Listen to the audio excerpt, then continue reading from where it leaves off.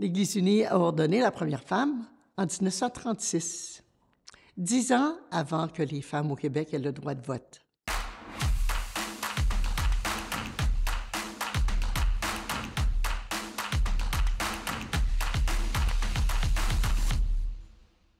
Présentement, il y a 34 % des pasteurs dans l'Église unie qui sont des femmes et 60 % des étudiants en théologie sont des femmes. Dans l'Église unie, lorsqu'on forme un comité ou un groupe de travail pour trouver des délégués au conseil général ou à d'autres postes, les décisions sont prises collectivement. Et on s'assure toujours que il y a un nombre égal de personnes laïques et de personnes ordonnées. Et on respecte aussi la représentation homme-femme. C'est un visage de l'Église unie que j'aime beaucoup. On va de pair avec ce qui se passe dans la société canadienne. Les femmes ont leur place partout, à tous les niveaux. Les femmes pasteurs dans les communautés de foi semblent plus près des familles, parce que souvent elles-mêmes, elles sont mariées, elles ont des enfants et elles sont comme les autres membres de la communauté de foi.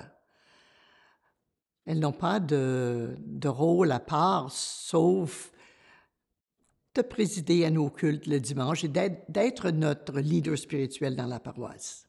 Lorsqu'une personne, un membre de la communauté, a besoin de se confier à cause d'un problème de couple ou d'un problème qu'il vit dans son milieu de travail, elle se sentirait probablement plus à l'aise de parler à la femme pasteur. Au cours des années, dans mon cheminement dans l'Église unie du Canada, j'ai eu plusieurs femmes pasteurs et je me suis toujours sentie proche d'elles. Aucune réticence à aller leur parler de problèmes